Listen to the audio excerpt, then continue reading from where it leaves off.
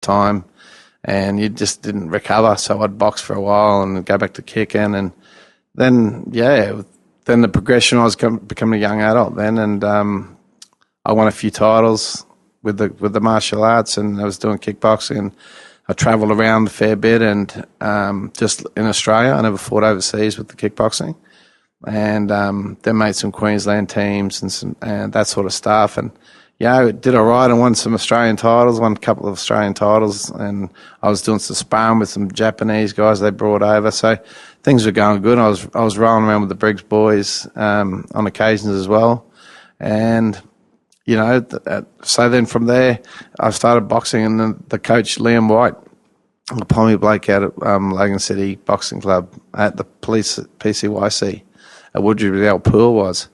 I started training down there with him, and he said, would you like to have a boxing fight? And I said, yeah, okay. So I did that. And how old?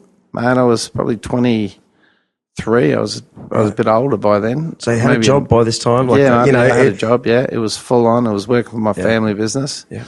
And, so I said, no worries. In 3 fights in, I won the Queensland title at boxing. And then my first Australian title fight, I fought a guy called Daniel Rousel. I don't know if you know him, but Justin Rousel's brother, good boys. He'd won like 7 titles prior to that. And his coach was, you must know this man, Johnny Lewis. So Johnny Lewis is Jeff Fenech's trainer, Costa Zoo's trainer. That's the coach across from me. It was pretty intimidating when I look back, and as I speak to you now, I just think, oh, wow, it was a big day. And I lost that fight. And I remember going over to the corner, I said, Johnny, Dave Turner's my name, you remember my name. That's what I said to him. Mm. And I'd just been beaten in the Australian title, so I won the silver medal. I said, Dave Turner, I said, you remember the name? And then, funny enough, then years later, I won the gold medal at Darling Harbour, the Olympic test event, and Johnny was commentating there. I said, Johnny, remember Dave Turner? He said, yeah, I do remember you. So that's pretty cool. Yeah. So that was sort of how the fighting side progressed, and just continued going with it. I love it. And then I fought all over the world boxing. Like I made the Australian team for 6 years. I won 6 state titles and 3 Australian titles and Oceania medals. And, I got a chance to fight in Kazakhstan and Texas and just different places, in England, America. We went everywhere. And, what I think about? It was great. You guys that have lived a life boxing or combat in the gym, particularly Absolutely, boxing, yeah, is the amount of, all that sparring, all that Wednesday night stuff that, a lot of people realise. But, there's, when you get a bell ringer, you get one in the head and you're like, no doubt you've had hundreds of them, just in sparring in the gym, like you caught one and... Mate, the thing is, for me, with amateur boxing, you would go to a weigh-in on a weekend and get a match up. You did or you didn't, and go away if you did, blah, blah, blah. But I never do that. I didn't actually have a training coach. I didn't have a specific coach. I trained out of the gym myself, or I was at the LAS in Canberra. So I'd come home and I'd fight locally, and I'd ask someone to corner me. That's how it was. But what I did with that, I used to go to all the gyms and spar all the pros and condition myself that way. And you're exactly right. The damage for mine in the boxing it's done in the gym. So that's where the damage is done. It's getting mismatched in the gym, overdone. Fortunately for me, I never really got mismatched. Yeah, I had Nathan Briggs. He was ranked number 9 in the world at the time, coming to my gym, my I saw him house. fight about 8 months ago. He's a killer. Yeah, he used to spar with me in my house, and that was the sort of stuff that I was going through, and I'd retired, I might add, and he said, Dave, you should fight. And I said, yeah, okay, let's roll a couple. And it was Alex Leopold who they first, Angelo De Carlo said, well, we should fight Alex. And Alex went on. Yeah, Alex went on. Yeah, let's talk about that. You're a heavyweight. Yeah, man. I fought at 81 kilos at my height, so I was just all balls and ribs at one stage of my life. And then I made the transition to heavyweight, which was cut off 91, and so then I used to sort of walk the streets about 96, and then cut back to fight at 91, and I was always pretty big then. But then I was sort of struggling for heavyweight fights, and I was fighting super heavyweights as well. Basically, what stopped my fighting career was I lost at the Australian titles. I lost on a split decision to go to the Olympic Games, or to fight to the Oceanias to go to the Olympic Games. And that gutted me a bit. I was getting a bit older, and I would have been 32 at the time. 34 was a cut-off in amateur boxing. And I sort of said, well, that's me, and went home. Were you happy with that fight, though? Man, I thought I won the fight. Right. Honestly, I was winning every round, and all of a sudden it was a draw, and I lost on count back. So the guy was rocked, and it was just one of those things. And, I'm in Queensland, let's say it. It's Arthur Tunstall's boy. He's New South Wales. And, how I lost that fight, it was just out of control. But, you it really upset you internally. Yeah, it did, and that was backing up from like a 1 in the morning fight to 9 o'clock in the morning next morning. So, make all the excuses you like. The best referees in your power hand, as simple as that. That's boxing. Life goes on. And so I missed on that. But then I was at home and had a baby, and then, retired. And then I got a phone call from a man called Bodo Andreas, a very, very good friend of mine. Bodo is the former Australian coach, the German born and bred, 4 Olympic Games as a coach, highly respected. Every world trip I took, he was highly respected to all the other coaches. He trained with the Nigerians, the German team, the South African team. He was good.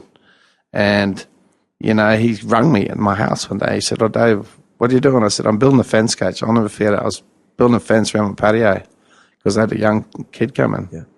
And he said, "I want to take you to the Commonwealth Games, Dave." I said, "What do you mean?" He says, "I want you to fight." And I said, "Well, coach, I'm done." He goes, No. I said, "What weight?" He said, "Whatever weight you want, you can win." I said, "What do you got to do?" So you got to win a few fights to get there. And I said, "Yeah, okay." So I jumped into the gym, and was it an easy decision? Mate, you said something to me a long time ago. It was only over Facebook. There's always someone to fight. If someone ever says to me, "You're still fighting," I said, "There's always someone to fight." And so I took the bit down, and away we went. And I won the fights I needed to qualify, and got into the Commonwealth Games team. And then went over to England to fight, which I was born, which was great. And with that was like a 3-month tour. That one, 3.5 months away from home, prepping for that. And that's got a million stories out of that trip. And unfortunately, winning the fight by 13 points. They stopped it at 15 at the Mercy Rule. I was winning by 13 against the guy called Dave Starr, I think his name was, from a little island called Nui Island. And, I was spotting about 28 kilos. So he's a big boy, big islander boy. And, he hit me with a shot and put me down, and the referee let me stand up and called it off. And there's no way. As a fighter, you never want anyone to make the decision on whether you can go on or not, because, you can go on. And as you can see in the UFC, they can go pretty deep into a game. So, But, life goes on. I've never watched the fight back. Isn't it funny when you get, a proper, bell ringing hit? In my opinion, all time and space stops for a second, and inside your brain you're going, whoa, hang on a minute. It's this funny zone you're in. Like you've just been going, next minute, like everything's quiet and still, but internally you're going, whoa, hang on a minute, whoa. What do you think? Mate, I can't even remember getting hit. Yeah. I can't remember. I remember one story I do tell as a young boy called Chris Curry. His dad brought him out to the gym with me and he said, "Dave, I want you to build him up, build his confidence up, get him going." And I said, he was a footy player, and I said, "No worries." He trained me for quite a while, Chris, he did. And, we were sparring one day, and he's about 18, 19. I was older and bigger than him. And he hit me with a shot. That was heavy duty special. And, mate, I was just pounding down on him. I came out of the days ripping into him, and then just thought, hey, hold up a bit. So I went into some sort of attack mode, right. Almost. Instinct or something. Yeah, rule of thumb is you cop a shot, you dance away, regroup and go again. But that particular day was really the only one I can ever really recall in the gym getting rocked. Game day, it's different. You just wear them and you don't even think about it. It's, it's more like at this point, I didn't feel that didn't happen. That didn't happen. You didn't get Yeah, you just got to keep it. You just got to keep relaxed, no matter what happens. You got to have the poker face. You know, every boxing's about tell. You know, you see tells, you see signs. Your peripheral vision is just unbelievable, and you can see a man's desire dwindle out of his eyes before he knows it's going. Right. So if you're continuously in the pocket, he's missing you, hitting him. He's hitting you, hitting him twice as hard. You know, it's the game of, like I say, patience. It's play. That's it. As soon as you start biting down and you're a one-trick pony. You know, like from my side of me as a power puncher, I stopped a few guys, but I was not renowned for belting people. I was more renowned for taking it all away and just dominating with hand speed.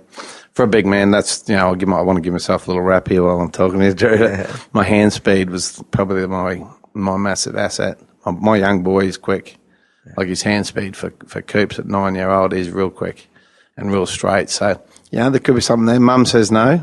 Yeah. Yeah, well, that's a big question, eh? Yeah, look, you asked me prior to this question. He even started earlier than you, you know. He has started a lot earlier than me. And he's bound to be a champion. And he's learned a lot more than I learned even early because I'm now very specific on what you need to be a good fighter. I'm not a super coach, don't get me wrong. I'm a super coach at what I do. I'm a real good team builder. I'm a real good motivator. I'm a great community guy. But as far as taking a boxer to an Australian title or a world championship, no, that's not me. They're guys like Mark Wilson, you know, Mick Daly. They're the guys that I would go to that I did when I was fighting. They're good men. They know me. We have fun with it. You know, I've got a boxing gym that I run, House of Pone Boxing. You've heard it. But, you know, we're not fighters as such, but I'll tell you what, anyone in there can hold them up. Like, if it comes down to it, they can go, and I'll take them with me anyway. You know, so back to where we started with the question, will the kids go on with this? You know, boxing for me is a vehicle, Drew. I really believe that's the vehicle that I have to mould the young kids and really, you know, give them a choice and make the choice easy for them. So, you know, for example, like about the respect for themselves and their families and the teachers, and they're accountable. These kids are accountable. If I hear it, we have a good and bad list on occasions. I say, right, I want everything you written down. You did good that week, and I want a bad list. I want the truth. And then we'll discuss it as a group. So, okay, you were nasty to your sister, you snapped the controls off her, she slapped you, It's an easy way to fix it. Ask for the controls or say, tomorrow I'm going to watch what I want. That's a perfect world. Not going to happen that way. But somewhere in about that, we're going to get a result. You know, so just the honesty stuff with the kids. I'm all about honesty with these young kids. And I told a story before that, you know, about telling the truth as a kid to an adult. And I said, you get one chance of telling the truth. You get one chance. And that's how I speak with my kids. And I don't want them lying to me. Mm. And I tell them there's nothing they can tell me that would upset me more than lying to me. Mm. I remember driving home, another great story of my dad. I'm driving home from the coast. So hang on, he wasn't a fighter, like you said. My dad but does he have a bit of you? Like my dad is. Where do you get this direction from? Mate, well, let's go to my father for a minute. John Turner, he's a superstar. You know, he's old school. He's tough. He never fought in the street unless he was looking after one of his friends. He's a hard footy player. He played footy at Woodridge Tavern until 45. You know, he played with Alan Curry and Eamon Goodawide, like heavy hitters. Yeah. And Dad's not a real big man, but tough. You know, really big nose on him, real bad nosed. And he's always said he could have been a great fighter if he didn't have the big nose. You know, my dad, as I remember as a young kid, like 10-year-old, 11-year-old, he would teach me how to tackle. And I would run and tackle, and he would just palm me off in the head with his hand hard and drop me down. And up I'd get, and we'd go again. You know, he was that sort of really good sportsman. He played heaps of sports. And back in the day in England, it was about table tennis, cricket, soccer, darts, lawn bowls. He did all that stuff and did very well. He was a velodrome cyclist as well. So that's sort of when the timber floors are in there, and you get splinters and the stories he'd say. He loves his sport. He's 80.